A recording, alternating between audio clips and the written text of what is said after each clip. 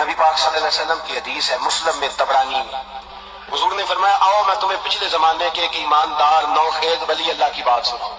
پچھلے زمانے حضور نے فرمایا پچھلے زمانے میں ایک بادشاہ جادو کے زور پہ حکومت کرتا ہے۔ جادوگر بوڑھا ہو گیا تو کہنے لگا بادشاہ کوئی نوجوان میرے پاس بھیج دے، میں بوڑھا ہو گیا ہوں، میرا پتہ کوئی نہیں کب مر جاؤں۔ ایک نوجوان کی ڈیوٹی لگائی، بڑا زیرک سمجھدار، اپنے رعایا میں سے چن کے جو ذہین فطرت مزاج بچہ تھا وہ اس نے لگایا۔ اللہ کے محبوب علیہ الصلوۃ والسلام فرماتے ہیں بچہ جادو سیکھنے لگا، وقت گزرنے لگا۔ بچہ جب جادو سیکھنے جاتا تو رستے میں ایک راہب بھی تھا جو انجیل جانتا تھا، وہ اللہ اللہ سکھاتا، لوگوں کو حضرت عیسیٰ علیہ السلام کی تعلیمات سے آگاہ کرتا۔ اس نے دیکھا کہ یہاں بھی لوگ اکٹھے ہیں تو وہ بچہ اس راہب کے پاس بھی اس میں بیٹھنے لگا۔ اب جب اس کے ساتھ اس کی گفتگو بڑھنے لگی تو اس کو باتوں میں لذت آنے لگی۔ اس نے راہب نے پوچھا کہ تو کون ہے اور کس طرح سے آیا ہے، کیا تیرا معاملہ ہے؟ اس نے کہا جی میں جادو سیکھنے جاتا ہوں، آپ کی باتیں مجھے بڑی اچھی لگتی ہیں۔ اس نے کہا دین سیکھ، جادو سیکھنے والے کافر ہو جاتے ہیں، قرآن و دین سیکھنے والوں کو اللہ کامل ایمان عطا فرماتا ہے۔ فرمایا یہ سیکھ۔ بچہ بیٹھنے لگا، اس کے پاس آنے لگا، باتیں دل میں گھر کرنے لگی۔ ایک وقت آیا کہ مسلمان ہو گیا، اور مسلمان کیسے ہوا؟ بچہ کہتا میں تجربہ کر کے ہوا۔ اب میں تھوڑا سا وقت جادوگر کے پاس بھی جاتا اور باقی سارا وقت وہاں بیٹھتا۔ میں ایک دن جا رہا تھا تو رستے میں اژدہا تھا، بہت بڑا سانپ تھا، رستہ روک کے کھڑا تھا۔ یہ حضور نے بیان کی حدیث۔ نبی پاک صلی اللہ علیہ وسلم فرماتے ہیں بچہ کہتا ہے کہ رستے کے اندر سانپ ہے، رستے بند ہے، لوگ چھتوں درختوں پہ چڑھے ہیں، راش ہے۔ کہتے چھوٹا سا روڑا میں نے اٹھایا تو میں نے کہا اللہ اگر جادوگر سچا ہے تو اسے مار دے۔ چھوٹا سا روڑا میں نے پھینکا، اژدہا کوئی نہ مرا۔ پھر چھوٹا روڑا اٹھایا، میں نے کہا اللہ اگر وہ عالم سچا ہے تو اسے مار دے۔ اب جب میں نے روڑا مارا تو اژدہا مر گیا۔ میرے اندر سے گواہی آئی نہیں دین کی باتیں سچی ہیں، نہیں قرآن کی باتیں اسلام سمجھانے کے لیے عرض کر رہا ہوں، اگرچہ اس دور میں انجیل تھی، اللہ رسول کی باتیں اچھی ہیں۔ کہتے میں مسلمان ہو گیا، اب میں نے راہب کے پاس ہی رہنا شروع کر دیا، جادوگر کے پاس چھوڑ دیا اس بچے نے آنا۔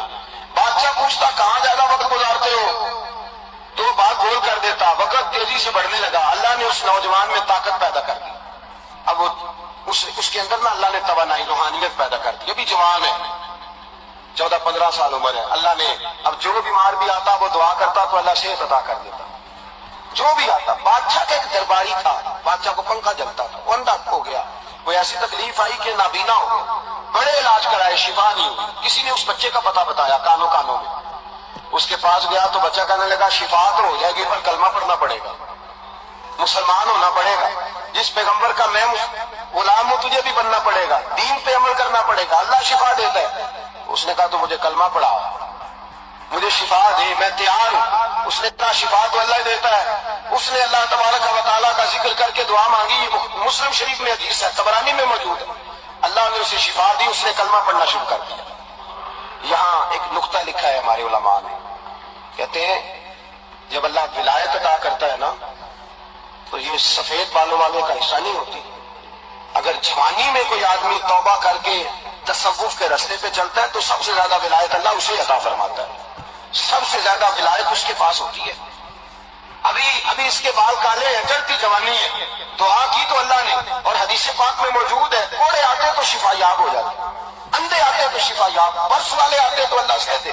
جوان ہے آدمی، اس کی آنکھیں ٹھیک ہوئی تھی، بادشاہ نے پوچھا کہ کیسے شفا ملی تو کہنے لگا میرے رب نے شفا دی۔ بادشاہ سجدے کراتا تھا، اپنے آپ کو منواتا تھا معاذ اللہ، کہنے لگا میرے علاوہ کون رب ہے؟ اس نے کہا وہی رب ہے جس نے تجھے پیدا کیا ہے، اور وہی رب ہے جس نے مجھے اندھے کو آنکھیں دی ہیں، وہی ہے میرا مالک۔ کہا اچھا تو مجھے نہیں مانتا؟ کہا نہیں میں اپنے رب کو مانتا ہوں۔ بادشاہ نے اسے سزا دی، ستایا، اس نے بچے کا پتہ بتایا، پھر بچے کو بلا کے ستایا تو اس راہب کا پتہ بتایا، راہب بھی قتل ہو گیا، نابینا بھی قتل ہو گیا۔ بادشاہ نے کہا سپاہیوں سے اس بچے کو لے جاؤ اور پہاڑ کی چوٹی پہ جا کے نیچے پھینکو تاکہ مر جائے۔ بچہ پہاڑ کی چوٹی پہ گیا تو ہاتھ اٹھا کے کہنے لگا یا اللہ میرے لیے نہیں اپنے لیے، میرے لیے نہیں اپنے لیے انہیں اپنی قدرت کے جلوے دکھا، میرے لیے نہیں۔ اللہ کے بندے اپنی جان بچانے کی دعائیں نہیں مانگتے، اپنے لیے انہیں اپنی قدرت کے جلوے دکھا، یہ دعا مانگی۔ جتنے لوگ ساتھ آئے تھے وہ سارے زمین پہ گرے اور سب مر گئے، پہاڑ سے گر کے مر گئے۔ بچہ واپس سیدھا بادشاہ کے پاس کہنے لگا لو بھائی میرے رب نے مجھے بچا لیا ہے۔ جوان کا ایمان دیکھو، میرے رب نے مجھے، بولو میرے اللہ نے مجھے ایمان کی گواہی دے رہا ہے، میں بچ گیا ہوں، تو جھوٹا ہے میرا رب سچا ہے۔ اس نے کہا لے جاؤ اس کو دریا میں، کشتی میں بٹھاؤ، بیچ دریا کے جا کے دھکا دے دو، بیٹھے کشتی میں دریا کے بیچ گئے، اور جب جا کے وہاں اس کو دھکا دینے لگے تو اس نے کہا اللہ میرے لیے نہیں اپنے لیے، انہیں اپنی قدرت کے جلوے دکھا۔ بس ایک طوفان سا آیا، جتنے سپاہی ساتھ آئے تھے ڈوب کے مر گئے۔ وہ بچہ اٹھا اور سیدھا پھر بادشاہ کے پاس، اسی کے پاس کہنے لگا لو بھائی میرے رب نے مجھے بچا لیا ہے، تیرے پاس آیا ہوں۔ وہ کہنے لگا تو کیا مصیبت میرے گلے پڑ گئی ہے، کیسے جان چھوٹے گی؟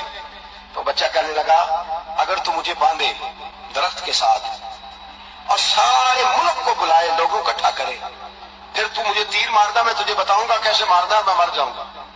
اللہ کا بندہ نوجوان ایمان دیکھو، مرنے کے طریقے بتا رہا ہے، میں تجھے بتاؤں گا میں کیسے مروں گا۔ یہ بات کہی، بادشاہ نے سارا مجمع جمع کیا، ملک سارا باہر آ گیا، درخت کے ساتھ باندھ دیا۔ کہنے لگا بھائی لوگوں یہ مجھے مارنا چاہتا تھا، مار نہیں سکا، اب میں اسے بتانے لگا ہوں کہ میں کیسے مروں گا۔ اسے کہو جب تیر مارے تو ساتھ میرے رب کا نام بھی لے، میں اپنے رب کے نام پہ جان دوں گا۔ بادشاہ نے اللہ کہہ کے تیر مارا، پیشانی میں لگا، بچے کی روح پرواز کر گئی، جتنا مجمع کھڑا تھا سارا کلمہ پڑھ کے مسلمان ہو گئے، سارے مسلمان ہو گئے، سارے۔ میرے رسول پاک سید عالم صلی اللہ علیہ وسلم نے نوجوانوں کو بتایا جب تمہارے اندر ایمان کی قوت آئے گی تو اللہ تمہاری مدد کرے۔